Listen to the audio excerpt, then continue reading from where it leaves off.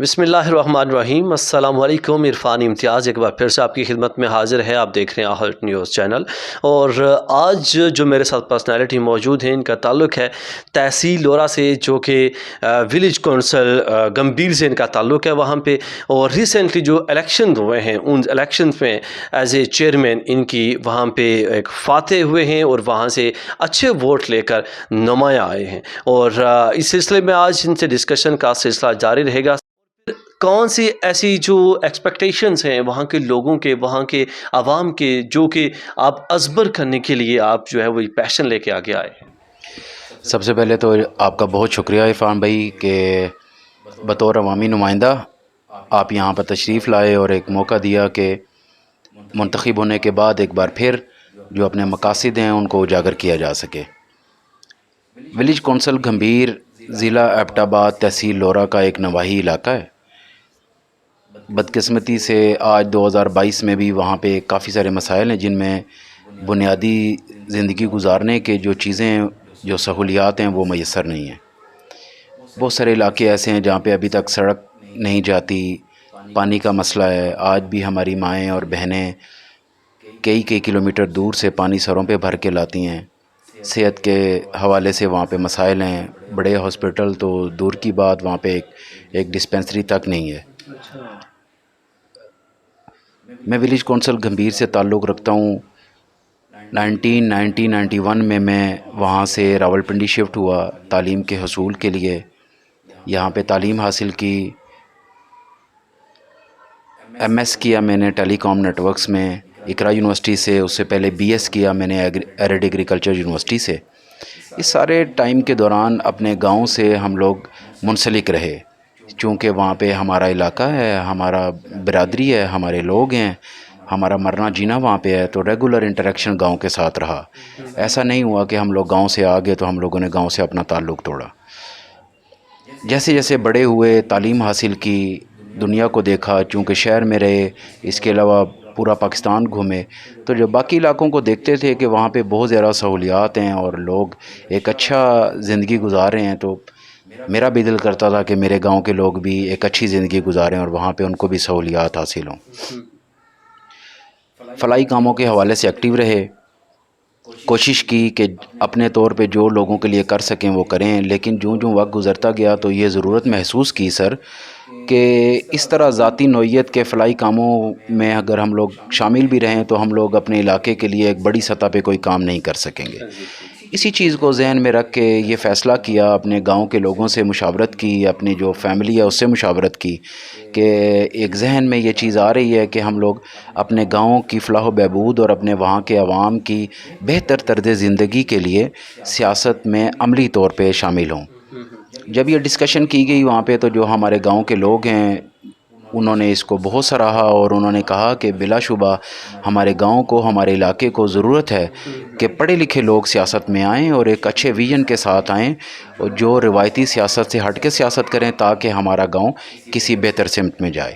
تو یہ وجہ تھی جی کہ اپنے گاؤں کا جو ایک درد تھا، ایک لوگوں کو دیکھتے تھے، ان کی مشکلات دیکھتے تھے، تو اس کے سلوشن کے لیے، اس کے بہتر حل کے لیے سیاست میں، عملی سیاست میں قدم رکھا۔ پہلا الیکشن لڑا، الحمدللہ اللہ پاک کی مہربانی سے، اپنے ماں باپ کی دعا سے اور اپنے علاقے کے عوام کی ایک بڑی اور بھرپور سپورٹ سے اپنے پہلے الیکشن میں ہی کامیاب ہوئے، اور گاؤں کے لوگوں نے مجھے چیئرمین منتخب کیا، اور انشاءاللہ اب ہم لوگ کوشش کریں گے کہ آگے بہتر کام کریں اپنے لوگوں کے لیے۔ سر ماشاءاللہ آپ نے جیسے بتایا کہ فرسٹ الیکشن آپ نے مطلب کنٹیسٹ کیا اور آپ ون بھی ہوئے وہاں سے، اور اچھے ووٹ کے ساتھ بڑی اعزاز کی بات ہوتی ہے۔ حالانکہ پہلا الیکشن لوگ اسی چکر میں گزار دیتے ہیں کہ انٹروڈیوس کروانا ہے، مجھے لوگ پہچانیں گے، یا اس کے بعد جا کے، بٹ ایک سائڈ پہ کہیں پہ پرانے جو وہاں پہ جتنے بھی عرصہ دراز سے الیکشن لڑتے ہوئے آ رہے ہوتے ہیں لوگ، ان کو ٹف ٹائم دینا، جیت کے آگے آنا، کیا ایسی وجوہات تھیں کہ لوگ ان سے تھوڑا سا مر رہا ہو کہ باہر نکل کے آپ کی طرف آئے؟ کیا ایسی، جیسے آپ نے ایشوز کا ذکر کیا، ڈسپینسری وہاں پہ نہیں ہے، بڑی حیرت کی بات ہے۔ حالانکہ ڈسپینسری ایک ایسی بیسک یا بنیادی ضرورت ہے کہ جس کا ہونا کم از کم کہ وہاں پہ، یا کم از کم آپ کے فرسٹ ایڈ جو ہے نا آپ کے لوگوں کو وہ تو ہو سکے۔ پانی کا آپ نے ذکر کیا، آئی تھنک کہ آپ کی بنیادی ضروریات ہیں اور ان لوگوں کا حق ہے۔ تو آپ اس حوالے سے آپ کیا کرنے جا رہے ہیں، آپ کی کیا اسٹریٹجی ہے اس پہ؟ سر سب سے پہلے تو پہلا الیکشن ڈیفینیٹلی ایسا ہی ہے، ہم لوگ جو پولیٹیکل سینیریو ہے اس میں یہی دیکھتے ہیں کہ جو پہلا الیکشن ہوتا ہے اس میں کامیابی کے چانسز کم سے کم ہوتے ہیں، کیونکہ آلریڈی جو لوگ وہاں پہ ہوتے ہیں ان کی گرپ ہوتی ہے علاقے کے اوپر، سیاست کے اوپر۔ میرا جو ذات ہے یا جو میری فیملی ہے گاؤں میں، کیونکہ آپ کو پتہ ہے زیادہ تر برادری ازم کا الیکشن ہوتا ہے اور برادریاں جن کی سیاسی گرپ ہوتی ہے وہی نمایاں ہوتے ہیں۔ میری فیملی میں تقریباً پچھلے 30-40 سال میں کوئی بندہ الیکشن میں آگے نہیں آیا۔ جو میرے مد مقابل تھے وہ پرانے لوگ تھے اور سیاست کے اوپر ان کی اچھی گرپ بھی تھی اور وہ سیاست کو جانتے بھی تھے، لیکن میں نے جب اپنے گاؤں میں الیکشن کیمپین اسپیشلی جب سٹارٹ کی تو میں نے ایک ڈیفرنٹ وے آف کیمپین دیا لوگوں کو۔ اپنی پوری کیمپین کے دوران 2 چیزوں کا انتہائی خیال رکھا سر۔ سب سے پہلی چیز، کسی کے اوپر تنقید نہیں کی، کسی سیاسی مخالف کے اوپر ایک دفعہ ایک لفظ بھی ایسا نہیں کہا اپنی پوری کیمپین کے دوران کہ جس میں کسی کی ذات کے اوپر تنقید کروں۔ دوسری جو بات تھی، تنقید کرنا تو دور کی بات، جو میرے مد مقابل تھے، کیونکہ ہم لوگ گاؤں کے لوگ ہیں تو جو مد مقابل تھے وہ بھی ہمارے رشتہ دار تھے، اور جو رشتہ دار نہیں تھے وہ ہمارے ایسے تعلق دار تھے کہ رشتہ داروں کی طرح تعلق دار تھے۔ ان کو موٹیویٹ کیا، ان کے لیے بھی اپنے اچھے خیالات اور اچھے جذبات کا اظہار کیا۔ میرے خیال میں شاید یہی ایک بہت بڑا چینج تھا وہاں کے لوگوں کے لیے، کیونکہ سیاست میں ہم لوگ یہ دیکھتے آئے ہیں کہ جب بھی 2 لوگ 4 لوگ آپس میں مد مقابل ہوتے ہیں تو وہ ایک دوسرے کی ذاتی اور سیاسی کردار کشی کر کے ہی آگے آنے کی کوشش کرتے ہیں، اور یہ پاکستان کی سیاست کا یہ عین فرض سمجھا جاتا ہے اس چیز۔ اور میرے خیال میں اس کو ہم لوگ بہتر لفظ استعمال کریں تو یہ المیہ ہے ہمارا۔ تو سب سے یہ ایک بہتر چیز دی لوگوں کو، تنقید نہیں کی کسی جگہ پہ بھی۔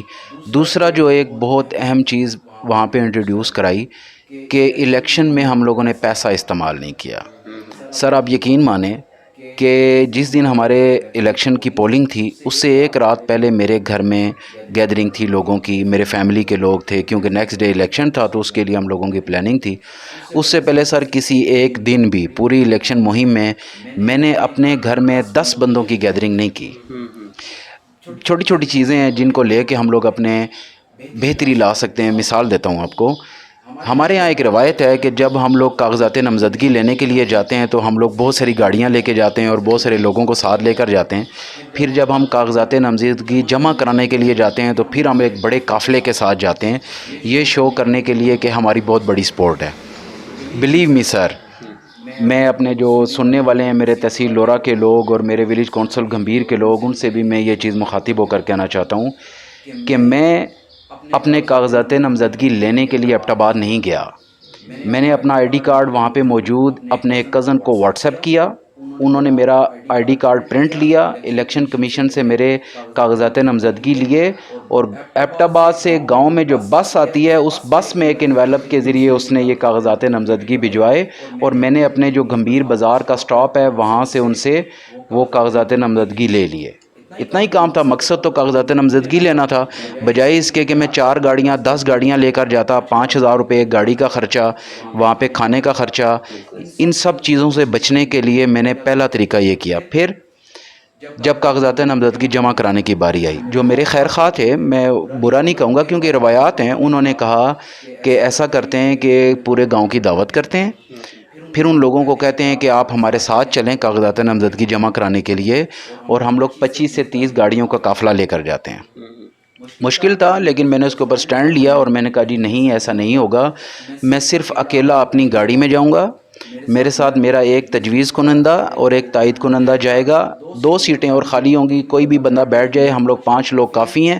وہاں پہ ہم لوگوں نے کسی قسم کا شو آف نہیں کرنا، اور ہم لوگوں نے یہ بتانا ہے کہ اس طرح کی فضول خرچیاں، اس طرح کا پیسے کا ضیاع کیے بغیر بھی آپ الیکشن میں آ سکتے ہیں۔ تو میں صرف اپنی ایک گاڑی لے کر گیا سر۔ میرے کچھ ریلیٹیوز تھے، انہوں نے کہا ہم نے بھی جانا ہے، میں نے ان کو منع کیا کچھ ووٹرز تھے، انہوں نے کہا ہم نے جانا ہے، میں نے ان کو منع کیا، لیکن پھر بھی وہ میری مرضی کے خلاف ایک کیری ڈبہ ساتھ لے کے اپنے طور پہ پیچھے آگے. بلیو می کہ میں صرف اپنی ایک اکیلی گاڑی لے کر گیا. گھمبیر کے لوگوں، میں ایک اکیلی گاڑی لے کر گیا اور اس میں اپنے کاغذات نامزدگی جمع کرا کے واپس آ گیا. میں نے وہاں پہ کوئی 20 25 30 50 100 بندے کی گیدرنگ نہیں کی، اور میں نے لوگوں کو یہ بتایا کہ ان اسراف سے، اس پیسے کے ضیاع سے بچیں اور واپس آئیں. اس کے بعد جب کاغذات نامزدگی منظور ہو گئے، الیکشن کیمپین سٹارٹ ہو گئی. 6 سے 8 لوگ میری ٹیم کا حصہ تھے سر، جس میں کچھ میرے فیملی کے لوگ تھے اور کچھ آؤٹ آف فیملی لوگ تھے جو سپورٹرز میں تھے. ہم 6 سے 8 لوگوں نے، 10 لوگوں نے ایک پوری کیمپین کی، جس میں ہم لوگ 4 لوگ جدھر بھی جاتے تھے ہم لوگ کیمپین میں شامل ہوتے رہے. باقی کبھی ایک بندہ ہمارے ساتھ گیا، کوئی دوسرا گیا، کوئی تیسرا گیا. اس طرح کر کے ہم لوگوں نے ڈور ٹو ڈور کیمپین کی. ایک دن بھی اپنے گھر گیدرنگ نہیں کی، دیگیں نہیں پکائیں، ایکسٹرا خرچہ نہیں کیا، کچھ بھی نہیں کیا سر. ایک جلسہ مجھے کرنا پڑا گاؤں میں، وہ بھی اس لیے میں نے ضروری سمجھا کہ کیونکہ میرا پہلا الیکشن تھا. اجتماعی طور پہ اپنے علاقے کے لوگوں کو اپنا سوچ اور ویژن بتانا ضروری تھا کہ میں کیا سوچ لے کر اور کیا ویژن لے کر آیا ہوں. اور وہ جلسہ بھی میں نے اپنی جو الیکشن کی پولنگ تھی اس سے 2 4 5 دن پہلے کیا، کہ جو حالات گاؤں کے میں دیکھ کر آیا تھا وہ ان سارے لوگوں کو بتانے چاہیے تھے. ہاں، میں نے یہ کیا کہ میں اپنے گاؤں کا ایک سنگل گھر بھی نہیں چھوڑا جہاں پہ میں خود نہیں گیا. جس گھر میں تالا لگا ہوا تھا میں اس گھر کے بھی اندر گیا، اس گھر کے حالات دیکھے. کیونکہ جب آپ کسی کے گھر جاتے ہیں اور آپ اس کے گھر کے حالات دیکھتے ہیں، گھر کی بناوٹ دیکھتے ہیں، چھت دیکھتے ہیں، فرش دیکھتے ہیں، ان کے چولہے دیکھتے ہیں، آپ کو اندازہ ہو جاتا ہے کہ ان لوگوں کا طرز رہائش کیا ہے، اور یہ خوشحال لوگ ہیں یا یہ بدحال لوگ ہیں. ایک ایک گھر میں جا کے کیمپین کی، اپنا ویژن، اپنا سوچ لوگوں کو بتایا. ان کو بتایا کہ یہ مقصد لے کر آیا ہوں، آپ اگر مجھے ووٹ دیں گے کل میں آپ لوگوں کے لیے اس طرح کام کروں گا. الحمدللہ لوگوں نے اس کے لیے بھرپور سپورٹ کیا، بھرپور ووٹ کیا، اور منتخب کر کے ان لوگوں نے مجھے یہ عزت دی اور مجھے اپنے علاقے کا چیئرمین منتخب کرایا. اچھا، اگر مسائل کے حوالے سے بات کریں تو مسائل ابھی کیا کیا ہیں؟ جیسے آپ نے ذکر کیا پانی کے حوالے سے، پھر آپ نے اس کے علاوہ وہاں پہ ذکر کیا جی آپ کی جو جتنے بھی ہیں وہاں پہ ان کے لیے بالخصوص ایک دو اور کی ان پہ کیا اسٹریٹجی ہے، اس پہ کیا کرنے جا رہے ہیں؟ آپ فرسٹ ٹائم الیکشن کروا کے کی اور وہ آپ آگے آئے تو آپ کی کیا یونیکنیس ہوگی باقی لوگوں کی نسبت؟ آپ کیا کرنے ڈفرینٹ ہو ان لوگوں کے مسائل کو بالخصوص ڈسپنسری کے حوالے سے آپ کیا کرنے جا رہے ہیں؟ سر، الیکشن منشور میں نے پرنٹ کرایا، اور اس الیکشن منشور میں نے کچھ بیسک چیزیں لکھی. ایک ڈسپنسری اور صحت کے حوالے سے، دوسرا ہمارے ہاں گرلز ہائی اسکول نہیں ہے. ہماری جو بیٹیاں ہیں ان کو ہائی اسکول پڑھنے کے لیے دور ٹریول کرنا پڑتا ہے. ایک ڈسپنسری، دوسرا گرلز کا ہائی اسکول، یہ 2 چیزیں. پانی کا مسئلہ 3 چیزیں، سڑک کی اپروچ 4 چیزیں. بجلی کے وولٹیج کا ایشو ہے. بجلی ہے تو تقریباً گاؤں میں ہر گھر میں، لیکن کچھ ایریاز ایسے ہیں جو سائڈ کے ایریاز ہیں وہاں پہ ابھی تک 3 فیز بجلی نہیں ہے، 2 فیز بجلی ہے. بجلی کے حوالے سے جو مسائل ہیں ان کے اوپر بات کرنی تھی. پھر سر ہمارے گاؤں میں نوجوانوں کے روزگار کے حوالے سے بہت مسائل ہیں. گاؤں کے اندر اپورچونیٹیز نہیں ہیں. شہروں میں بھی ابھی پاکستان کے حالات ایسے ہیں کہ نوکریاں اویلیبل نہیں ہیں. بلیو می سر کہ ہمارے گاؤں سے درجنوں کے حساب سے نوجوان پاکستان سے باہر جا رہے ہیں. کوئی لیبر میں جا رہا، کوئی سیکیورٹی میں جا رہا، اینی کائنڈ آف تھنگ جس میں بھی وہ جا رہے، لیکن وہ ملک چھوڑ کر جا رہے ہیں کیونکہ ان کے پاس گاؤں کے اندر روزگار نہیں ہے یا موٹیویشن نہیں ہے.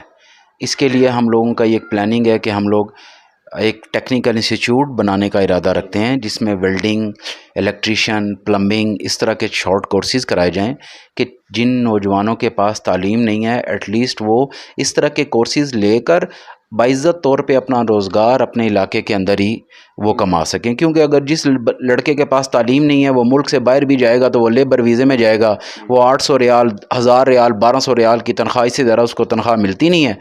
وہ وہاں جا کر بھی وہاں پہ اپنا کیا خرچہ کرتا ہے، گھر میں پیچھے کیا بھیجتا ہے، بچائے گا کیا؟ کچھ بھی نہیں. اور گھر میں بھی پیچھے وہ اچھا اماؤنٹ نہیں بھیج سکتا. تو ہم لوگوں کی یہ سوچ ہے کہ ہم لوگ اس طرح کے ٹیکنیکل کورسز کرا کے اتنا کر لیں کہ 30 35 40 ہزار روپے کے راؤنڈ اباؤٹ وہ لڑکا گاؤں کے اندر ہی کما لے یا ارد گرد کے کسی علاقے میں کما لے یا زیادہ سے زیادہ پنڈی میں آ کے وہ کام کر کے کما لے، تاکہ اسے اتنی چھوٹی سی تنخواہ کے لیے ملک چھوڑ کے باہر نہ جانا پڑے. ایک چیز اچھا بتائیے گا کہ ٹیکنیکل ایک چیز اچھا بتائیے گا کہ ٹیکنیکل انسٹیٹیوٹ کے حوالے سے آپ نے بات کی ہے، تو یہ کیا اس میں کوئی خاص ریلیف ہوگا ان کے لیے، کوئی اسپیشل پیکیجز اس کے لیے بنائے جائیں گے یا پرائیویٹ ہوگا، کیا ہوگا؟ سر اس میں جو میرا ویژن ہے وہ سب سے پہلا تو یہ ہے کہ گورنمنٹ سطح کے اوپر ایسے کام ہوتے ہیں. جیسے پنجاب میں شہباز شریف دور میں ٹیکنیکل انسٹیٹیوٹ شروع ہوئے تھے اور یہ آئیڈیا بھی میں نے وہیں سے لیا تھا. اسی طرح خیبر پختونخوا کی حکومت بھی ہم ان سے رابطہ کریں گے. آئی تھنک وہ اس حوالے سے کام کر بھی رہے ہیں. گورنمنٹ سے کہیں گے کہ وہ فنڈنگ کریں اور ہمیں ٹیکنیکل انسٹیٹیوٹ بنا کر دیں. اگر بالفرض گورنمنٹ کے حوالے سے یہ کام نہیں ہوتا تو سیکنڈ آئیڈیا جو ہے ہمارے پاس این جی اوز ہیں بہت ساری، نیشنل بھی اور انٹرنیشنل بھی، جو ینگسٹرز کے لیے ایسے کام کرتی ہیں اور ان کے لیے ایسے مواقع فراہم کرتی ہیں. تیسری بات، ہمارے علاقے کے اندر خود ایسے صاحب استطاعت لوگ موجود ہیں کہ اگر ان کو اعتماد دیا جائے اور ان کو ایسا ٹرسٹ ہو کہ ان کا پیسہ کسی بہتر جگہ پہ یوٹیلائز ہوگا، تو ہمارے اہل علاقہ میں بھی ایسے اربوں پتی لوگ موجود ہیں کہ وہ اس طرح کے چھوٹے ٹیکنیکل انسٹیٹیوٹ کو تو خود فائنانس کر سکتے ہیں اور خود چلا سکتے ہیں. تو ان تینوں چیزوں کے ایشو جو چوائسیز ہیں، آپشنز ہیں، ان کے اوپر ہم لوگ جائیں گے اور دیکھیں گے کہ کیا ہمارے لیے بہتر ہے. اگر گورنمنٹ والا ہو جائے تو وہ سب سے اچھا ہے، این جی اوز والا ہو جائے تو وہ سیکنڈ ہماری پریورٹی ہوگی. ادروائز ہم لوگ اہل علاقہ کے ساتھ مل کر اپنی مدد آپ کے تحت بھی کام کریں گے. ایک چیز اور بتانا چاہ رہا تھا، اپنے جو ہمارا ویژن تھا، منشور تھا، اس کے حوالے سے. ہمارے منشور میں جو ایک سب سے بڑی چیز تھی جس کے اوپر ہم لوگوں نے سب سے زیادہ فوکس کیا تھا، وہ تربیت تھی ہمارے نوجوانوں کی.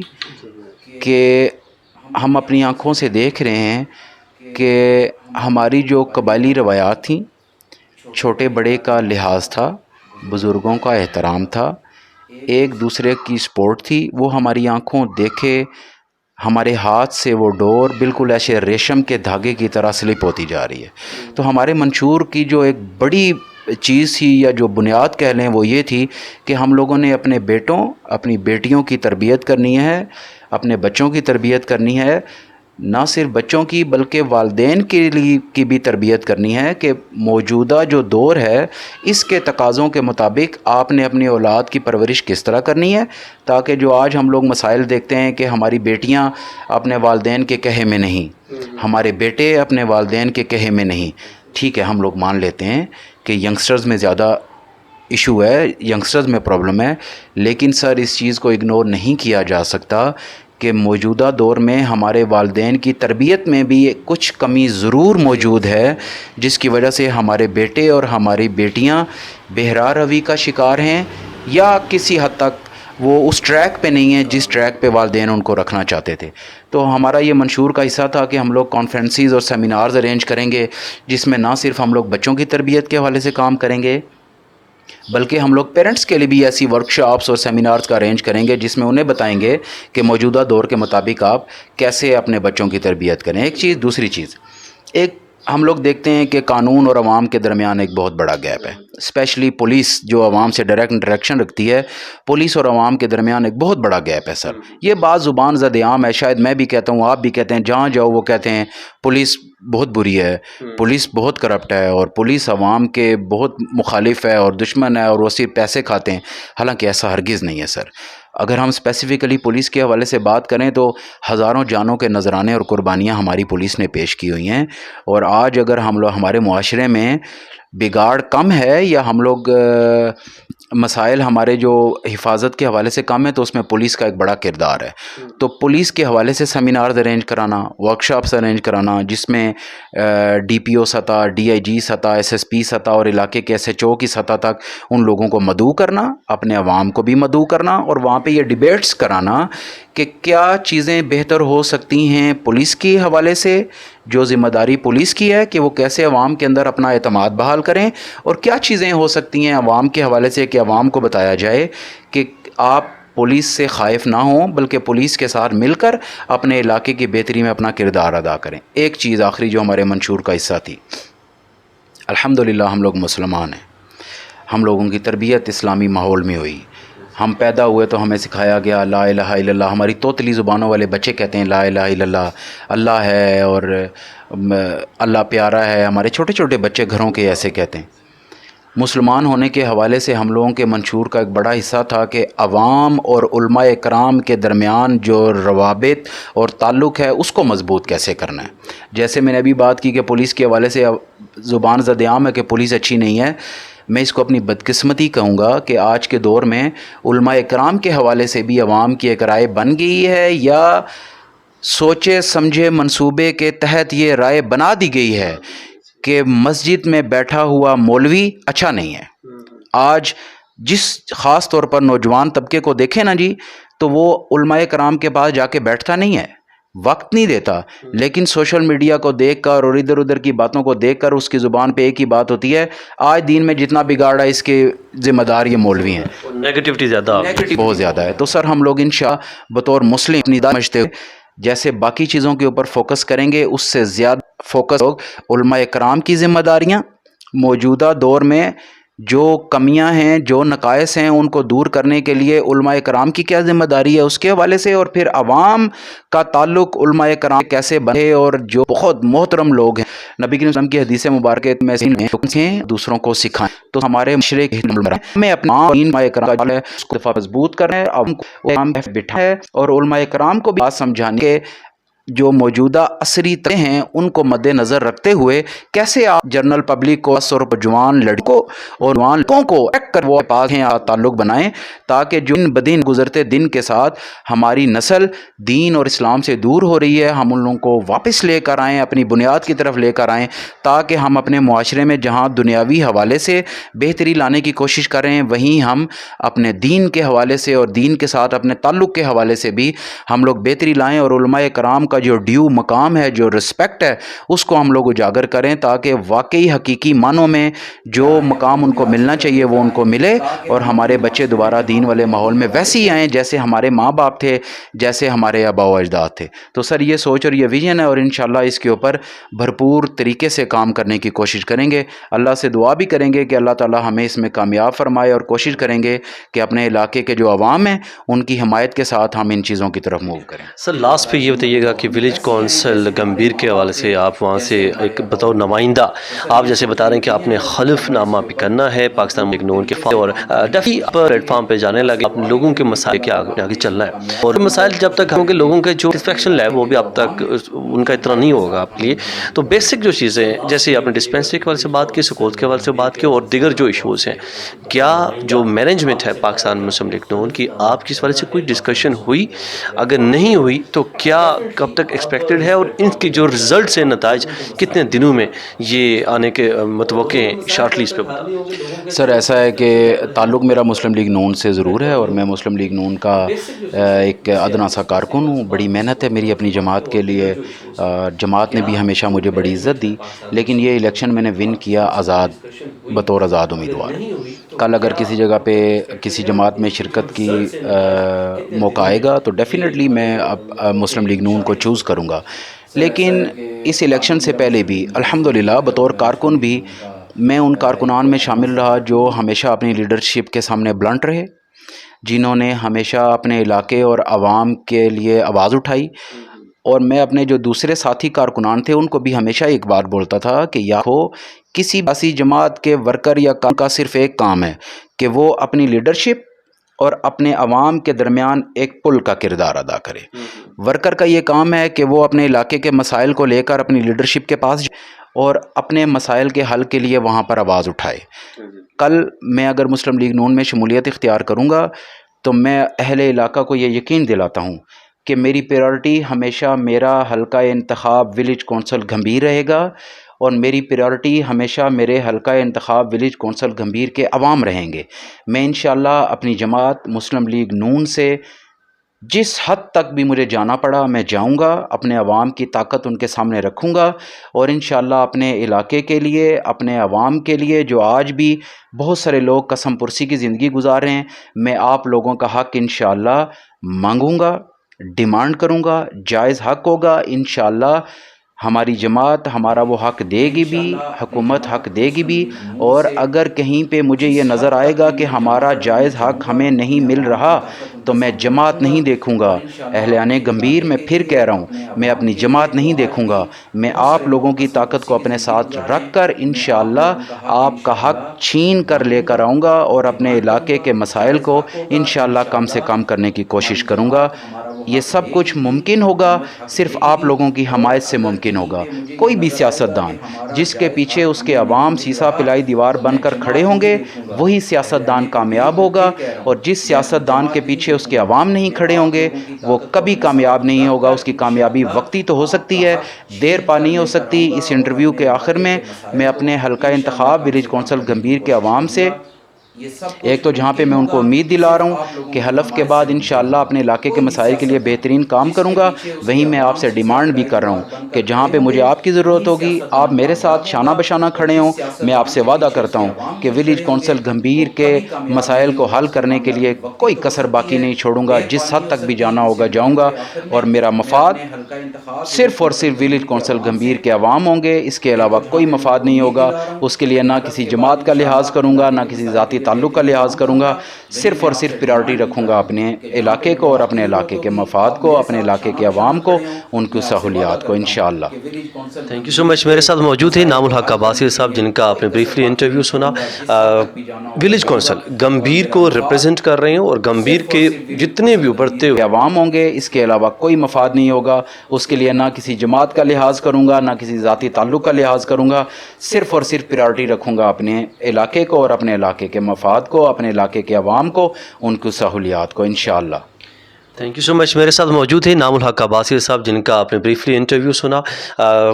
ولیج کونسل گمبھیر کو ریپرزینٹ کر رہے ہیں اور گمبھیر کے جتنے بھی ابھرتے ہوئے مسائل ہیں، مسائل کو لے کے یہ پلیٹ فارم پہ پہلی بار آئے ہیں اور بطور چیئرمین وہاں سے ایک اچھے ووٹ لے کر وہاں سے جیتے بھی ہیں، اور یقیناً ایک پڑھا لکھا طبقہ جب آگے آتا ہے تو وہ لوگوں کے مسائل کو اچھے طریقے سے اجاگر کرنے میں ملکی سطح پہ اور اعلیٰ حکام تک پہنچانے میں بہت اچھا کردار ادا کرتا ہے۔ امید ہے انعام الحق عباسی صاحب آپ لوگوں کے مسائل پر اور آپ لوگوں کے ایکسپیکٹیشن پر پورا اتریں گے۔ مجھے دیجیے اجازت، اللہ نگہبان۔